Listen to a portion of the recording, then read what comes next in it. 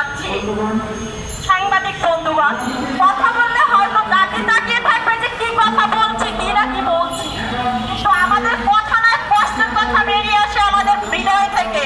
এটা হচ্ছে শুধু শিক্ষকদের দর্শক, হৃদয়ের আকুতি। লাগাতার অবস্থান কর্মসূচি চালিয়ে যাচ্ছে সম্মিলিত নন-ঐক্য ঐক্য পরিষদ জাতীয় প্রেস ক্লাবের সামনে। আমরা ধারাবাহিকভাবে এটা প্রচার করছি।